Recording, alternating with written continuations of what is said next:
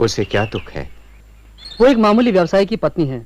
उसका पति और पुत्र व्यापारी दल के साथ जंगल के रास्ते जा रहे थे, पर पीछे रह गए। जब लोग खोजने के लिए वहां वापस लौटे तो पाया वो मरे पड़े थे। उन्हें किसी डाकू ने मार डाला था। उनकी उंगलियां कटी हुई थी, जिससे लोगों को विश्वास हो गया है कि ये काम एक अंगुलीमाल नाम के भयानक डाकू का है, क्योंकि वो अपने शिकार की उंगलियां काट डालता है। मैंने इस डाकू के विषय में लोगों को बातें करते हुए सुना है। आनंद, क्या तुम उसके संबंध में कुछ जानते हो? भगवान कहते हैं कि वो एक ज्ञानी पिता का पुत्र है। उसने खुद भी तक्षशिला में शिक्षा प्राप्त की है। लोग कहते हैं कि वो एक अत्यधिक प्रतिभाशाली विद्यार्थी था, परंतु कुछ सहपाठियों की ईर्ष्या के कारण उसे ज्ञान का मार्ग छोड़ देना पड़ा और उसने अपराधी जीवन अपना लिया। राजा के सैनिक लंबे समय से उसका पीछा कर रहे हैं, पर वो इतना चालाक है कि उनकी पकड़ में नहीं आता। इस तरह से उसे कभी नहीं पकड़ा जा सकता। सैनिक भाले और चाबुक के बल पर लोगों को कुचल तो सकते हैं, मगर उनका आचरण नहीं बदल सकते।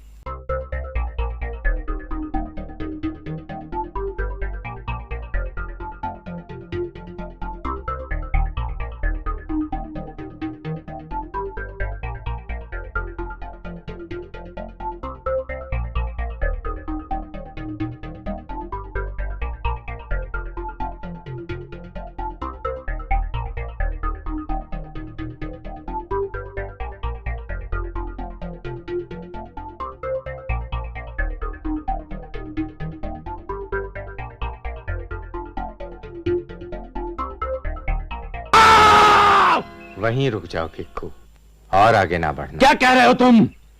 मैं क्या तुम्हें भिक्खू दिखता हूं? अंगुलीमाल, मेरी बात ध्यान से सुनो।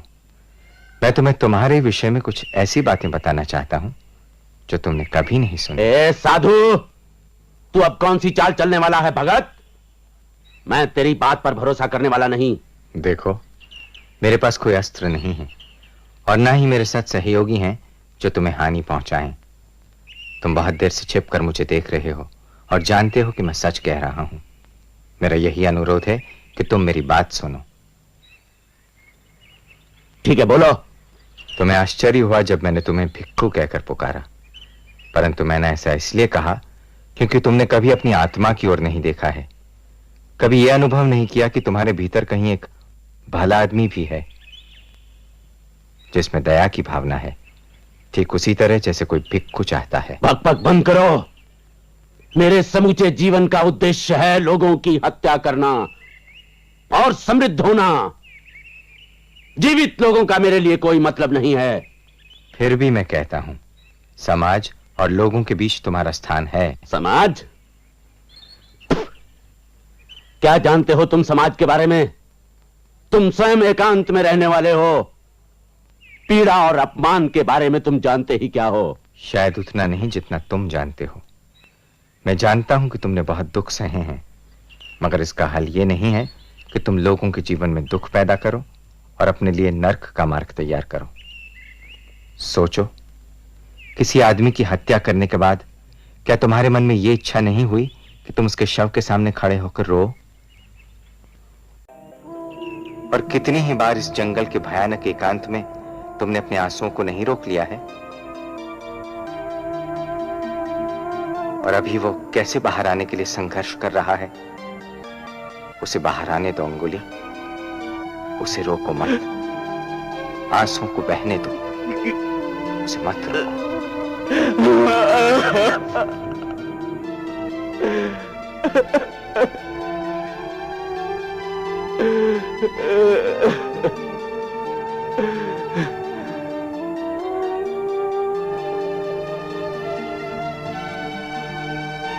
मेरी दबी हुई स्मृतियों,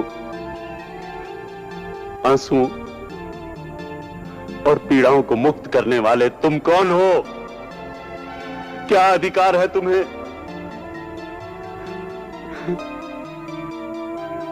वर्षों से मैंने अपने चारों ओर घृणा की दीवार बनाकर रखी थी। अपने भय बंद करके छिपा के रखे थे, तुम पास आए और अपने कुछ शब्दों और एक स्पर्श से ही उस दीवार को तोड़ दिया।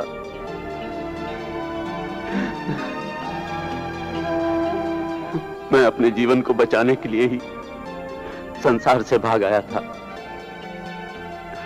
किंतु तुमने उसे नष्ट कर दिया। कैसे जीवित रहूंगा अब मैं? कहां जाऊं अब मैं? मेरे रास्ते में आने वाले अभियोगी, तू है कौन? बोल, कौन है तू? मैं गौतम बुद्ध हूं। मेरी शरण में आओ, वहीं तुम्हारा उद्धार है।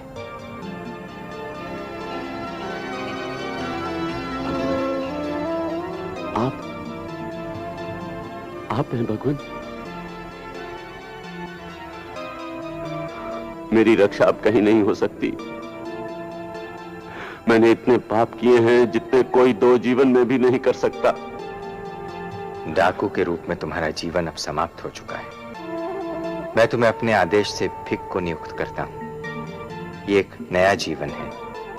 नए सिरे से सब कुछ आरंभ करने का अवसर है तुम्हारे पास। नहीं, मैं पहचान लिया जाऊंगा। लोग मुझे पत्थर मारेंगे, मेरी जान लेने की कोशिश करेंगे। इससे भी बुरा हो सकता है। तुमने जो हत्याएं की हैं, ये उन्हीं का फल है। सभी पीड़ाओं के कारण तुम ही हो। तुमने जो कर्म किए हैं, उसका फल तो तुम्हें भोगना ही होगा। जब तक जीवन चलता रहता है, कर्मों के फल भी मिलते रहते हैं। क्या तुम्हारे भीतर उन्हें स्वीकार करने का साहस है? हाँ भगवान, जिस नर्क में मैं जी रहा था, उससे तो कोई भी स्थिति अच्छी हो सकती है। तो फिर आओ अंगुलीमाल, फिर से मनुष्यों के संसार में लौट चलो। महावत अंकुश से हाथी पर नियंत्रण पाता है, किंतु भगवान बुद्ध दया से